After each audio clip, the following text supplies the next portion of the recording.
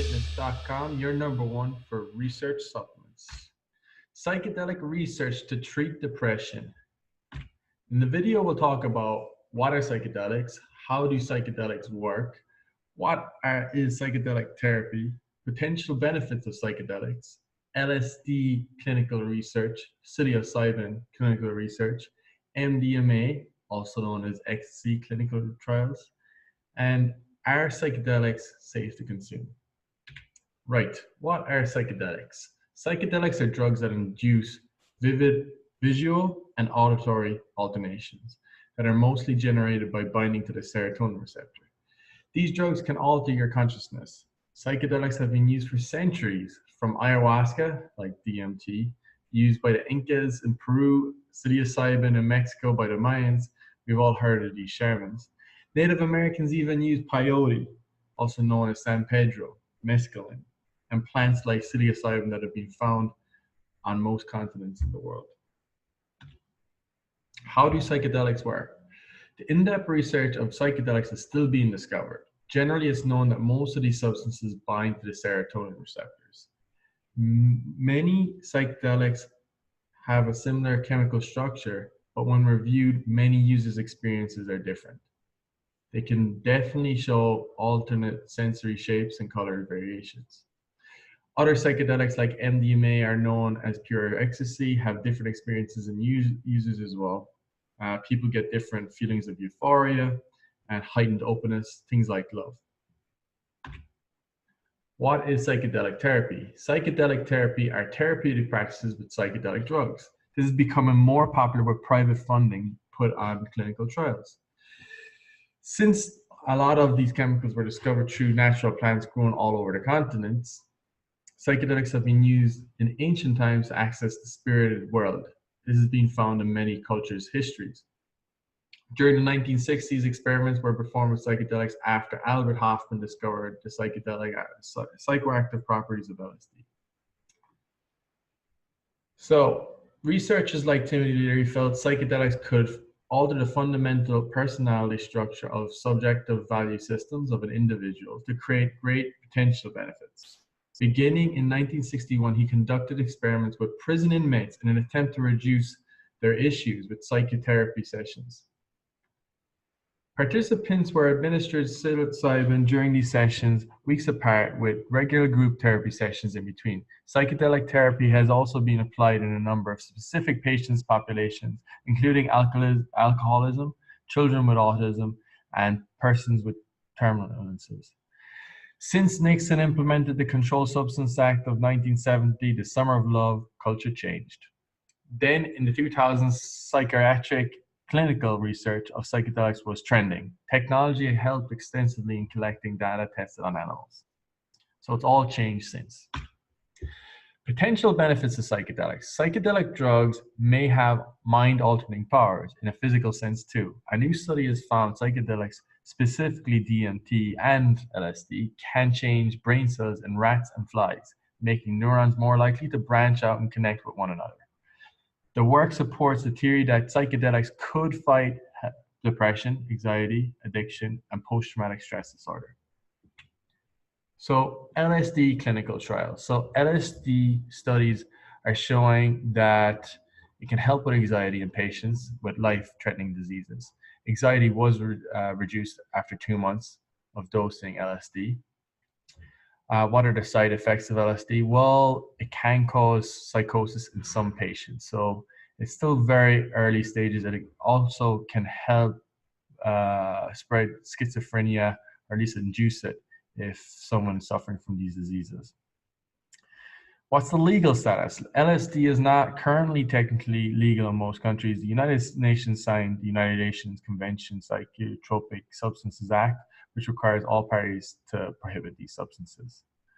So it's still really early days for the drug LSD.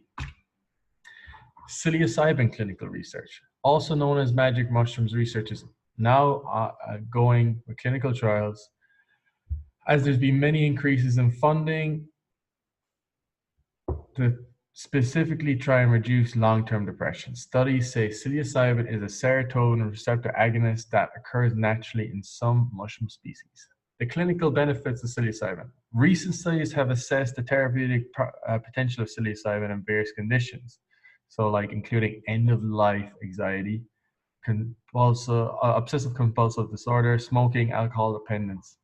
So they've really geared all the clinical research towards this.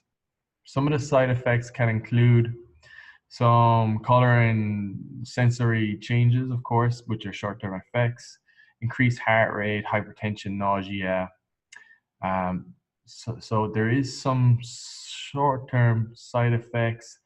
Really needs to be done in a controlled setting. I can't emphasize this enough. It needs to be done with medical assistance, as accidents can happen when it's not controlled, like self-injury or suicide attempts in severe psychotic episodes. Right, psilocybin's legal status. Magic mushrooms are also known as psilocybin. It's also listed under the United Nations 1971 Conventional Act. So they're not generally fully legal in most countries. So I think it is changing, guys. Colorado has decriminalized psilocybin recently in the last week or so. So check your local laws because things are going to change rapidly here. MDMA, ecstasy clinical trials. So the benefits of MDMA have been emphasized on things like depression and potentially helping with post-traumatic stress disorder. Some of the side effects include sometimes addiction, memory problems, paranoia, difficult sleeping, teeth grinding, blurred vision, sweating, and rapid heartbeats. Deaths have been reported due to body temperature rises and dehydration. The legal status is still a controlled substance, but there is some clinical research being funded by private people to push some of these cases forward because they believe it really might be beneficial for certain people with PTSD in a controlled setting. It's still yet to be discovered, but it's sounding a lot more positive than ever. Are psychedelics safe to consume? Generally, I would say no, as it's down to the individual and the variables and medical conditions that counteract with this. I've known people that have mostly benefited, but the odd person I know has abused these drugs and have had severe psychotic breaks and have never really fully recovered. So it's very controversial. There's also a lot to take into consideration, like where you're sourcing the drug from and what dosages you're about to take. However, in clinical settings with experts and experiences and methods and dosages, I don't see that this would be a large issue. I think it would be relatively the same in medical profession's hands. I think it should be a little bit more safe in this setting. At least no studies have conducted or shown me otherwise. To summarize, so this is not a recreational discussion, guys. This is for clinical studies and it's for your own educational research purposes only. LSD has historically sent people into the psych ward.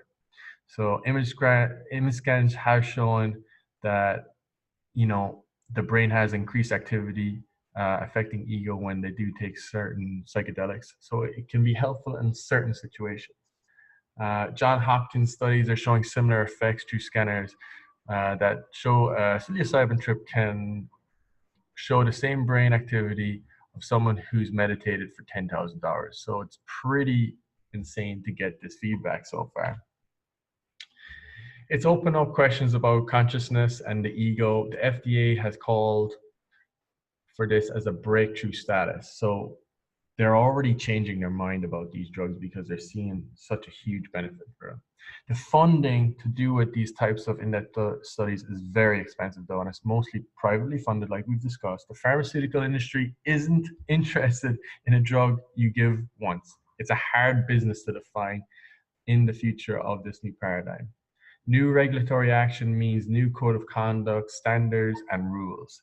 If you are experimenting in the underground, you are taking a risk. The good thing is that it's not addictive. And if you are considering, it is not habit forming. There's a lack of federal funding, of course, on drug abuse. Now high performing CEOs and athletes are coming out of the closet to say that they've actually experimented with some of these psychedelics. So we're all hoping for something positive to come out here because we all know that mental health is on the rise. So some interesting facts. Over 30 million psychedelic users are in the USA. Some CEOs have came out, like Steve Jobs, Richard Branson, and Bill Gates, say that they've actually experimented with some of these drugs. Other celebrities like Joe Rogan, the Beatles, Jack Nicholson, and Jim Morrison have all come out as well back in the day. So studies are showing, like we mentioned, that psychedelics are stimulating neurogenesis in the brain, which is positive. There's no association with any overdoses necessarily with these drugs. Psychedelics are known to increase creativity, such as imagination, problem solving, and overcoming barriers. So it's all looking positive, guys. Some of these supplements and research chemicals do have side effects, and some of them have less side effects. A lot of these are still under research, guys. Some of them aren't approved by the FDA and are listed as not fit for human consumption. Please check your local laws by the time you view this video. I hope you like this video. If you do, please like below, share and subscribe, and check out our website. Check out our more in-depth article about psychedelics below, and stay tuned with us for the most cutting-edge information available. Thanks for listening, guys.